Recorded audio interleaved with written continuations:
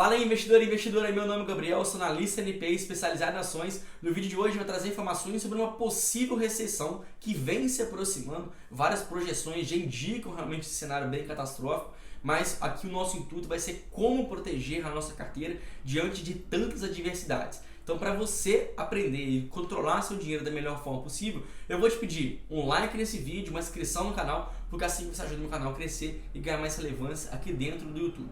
A gente vê que, de uma forma geral, o cenário macroeconômico não é nada favorável. E aqui eu não falo para o Brasil ou para um ou outro país especificamente, não. Todos os países não vivem um cenário muito favorável.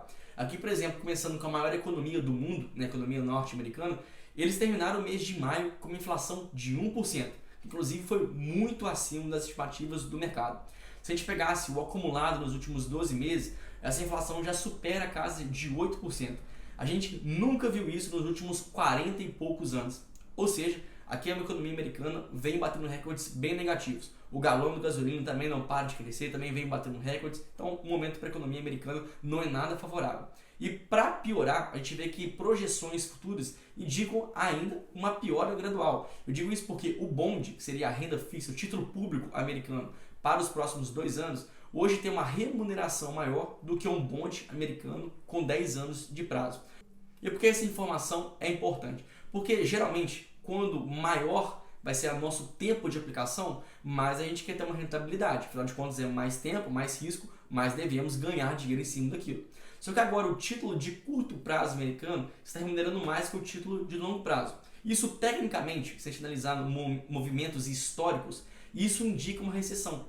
É um movimento raro, poucas vezes acontece, inclusive, mas nesse ano já aconteceu 2 vezes, em 2 momentos distintos, e que a última vez que isso aconteceu também foi um indício de uma entrada em recessão. Então, o mercado americano já reconhece que talvez a demanda para o segundo semestre desse ano deve começar a cair e vai começar a congelar, ou pelo menos não ter mais tanto dinheiro líquido, igual já teve até alguns meses atrás, ainda em reflexo da pandemia. Olha só.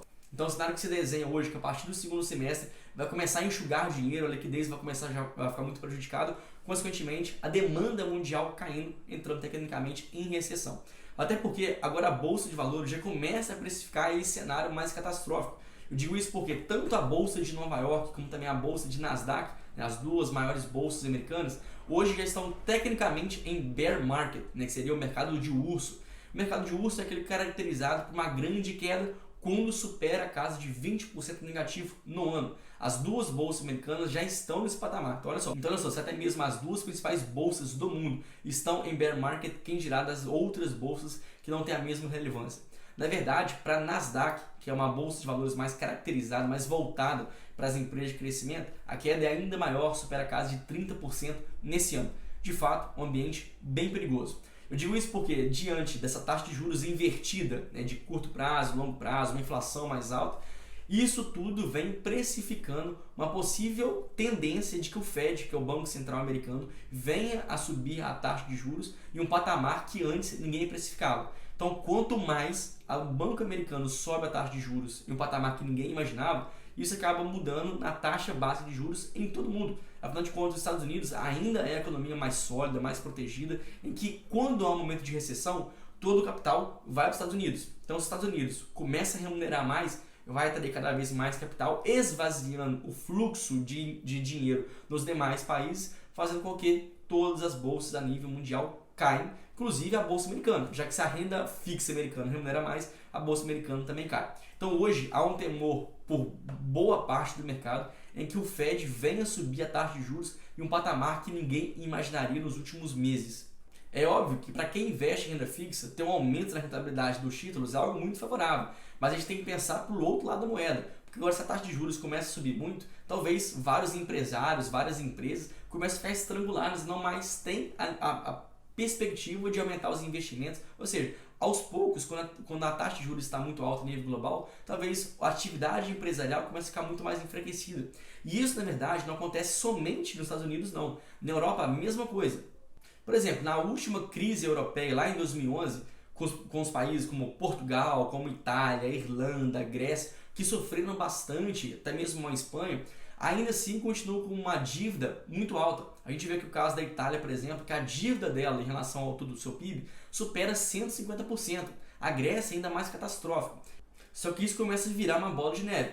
Porque a gente vê que vários dos bancos desses países possuem grande parte das suas dívidas subordinadas a títulos soberanos. Então, se o país começa a enfrentar aquele cenário mais extremo, mais adverso, e possivelmente enfrentar uma moratória, né, dar um calote nessas dívidas, os bancos também podem passar muito aperto, já que depende muito do dinheiro do governo.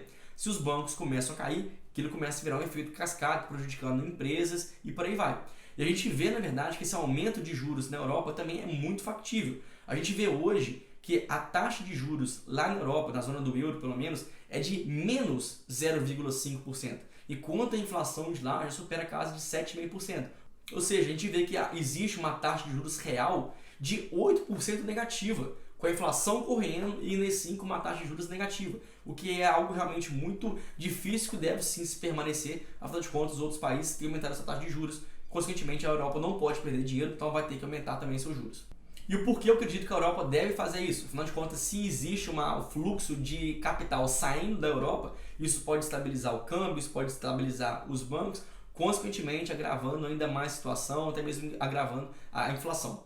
É até curioso que diante disso tudo, o país que ainda apresentou um pouquinho mais de resiliência foi justamente o Brasil. Mesmo com problemas na Europa, problemas nos Estados Unidos, o Brasil no último resultado, na última divulgação de PIB, teve um crescimento que superou as expectativas e ainda assim puxado para baixo negativamente para o agronegócio. O agronegócio que sempre sustentou o nosso PIB devido à quebra de safra, né, a seca e depois a chuva muito agressiva, teve um desempenho muito ruim. Então o PIB brasileiro subiu, na verdade, por causa do setor de serviços, que é o consumo, é o turismo, é o varejo, isso que puxou o nosso PIB para cima, o que seria algo bem curioso de imaginar. Então o Brasil ainda tem esse momento um pouquinho mais protegido. A gente vê que hoje a nossa taxa Selic ela soube responder muito rápida a esse aumento da inflação. Então hoje, né, ao contrário da Europa, que tem ali uma taxa de juros real negativa em quase 8%, o Brasil tem uma taxa de juros quase real positiva em quase a mesma proporção, já que a nossa taxa Selic está bem acima da inflação. Então ainda a gente vê um momento mais favorável ao Brasil. Agora, não é por causa disso que a gente tem que se preocupar, investir em qualquer empresa, porque ainda assim a gente pode saber que esse cenário pode piorar, e se piorar, nem mesmo o Brasil vai conseguir suportar tantos resultados bons, sendo que o mundo inteiro está em um momento muito caótico. Então, o que nós devemos fazer agora é justamente procurar formas alternativas de investir no seu patrimônio da forma mais conservadora, da forma mais diligente possível, para a gente não arriscar nosso patrimônio em vão. Lembrando que ocasiões tão adversas como essa é muito difícil de ganhar dinheiro, ainda mais para o investidor comum. Então, nesse momento em que tudo vai muito mal, a nossa grande prioridade, nosso grande objetivo deve ser justamente proteger o nosso patrimônio. Para aí depois, aí quando tudo voltar ao cenário mais estável, mais tranquilo, aí a gente pensa em ganhar. O momento agora é de pensar em não perder. Então, o primeiro ponto, a gente não perder dinheiro nessa época, ou então minimizar as perdas que possam acontecer, se refere principalmente à diversificação de carteira. Tenham empresas em carteira que consigam mandar bem em cenários adversos. Imagine que o Brasil vai enfrentar uma grande inflação. Por isso, tenha também em carteira ativos que protegem da inflação. Inclusive aqui nesse vídeo você tem empresas que conseguem repassar dessa forma. Assim como se o câmbio foi para R$6, o que não é nada impossível, também tem empresas que consigam se proteger mesmo com câmbio mais favorável, que são geralmente aquelas empresas que vendem commodities. Ou seja, a diversificação nesse momento é crucial para você não perder dinheiro.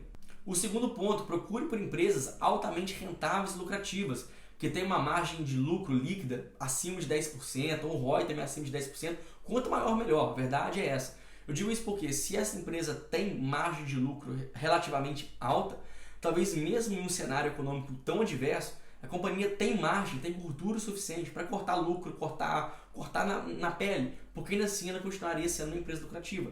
Pensa que a empresa não tem margem de lucro e ainda teria que cortar o pouco de lucro que ela tem. Ela facilmente começaria a negociar em prejuízo. Então, escolham empresas que tenham lucratividade e rentabilidade bem altas, para que mesmo em um momento horrível, economicamente falando, elas ainda tenham caixa, tenham gordura para sobreviver.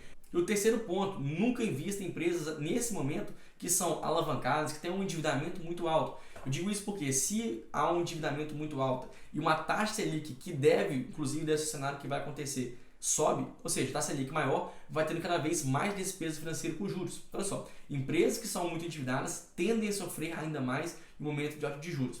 E se essa empresa ainda não tem uma margem de lucro muito boa, aquele aumento da taxa de juros, dos juros que aquela empresa vai pagar aos bancos, vai correr ainda mais lucro que já é pequeno. Então, olha só, nesse momento, priorize sempre a diversificação de carteira e a compra de ativos, de ações, fundos imobiliários, até mesmo estoques, BDRs, ETFs, que tenham majoritariamente empresas sólidas, empresas seguras, empresas lucrativas, porque essa vai ser a única, na verdade a melhor e a única forma de você reduzir ali o potencial de perda do seu patrimônio. A verdade é essa. Então eu espero que você tenha entendido, tenha gostado desse vídeo. Se sim, deixe aqui o seu like, se inscreva no canal, porque assim você ajuda o canal a crescer e ganhar mais relevância aqui no YouTube. Agradeço a atenção e espero você na próxima. Valeu!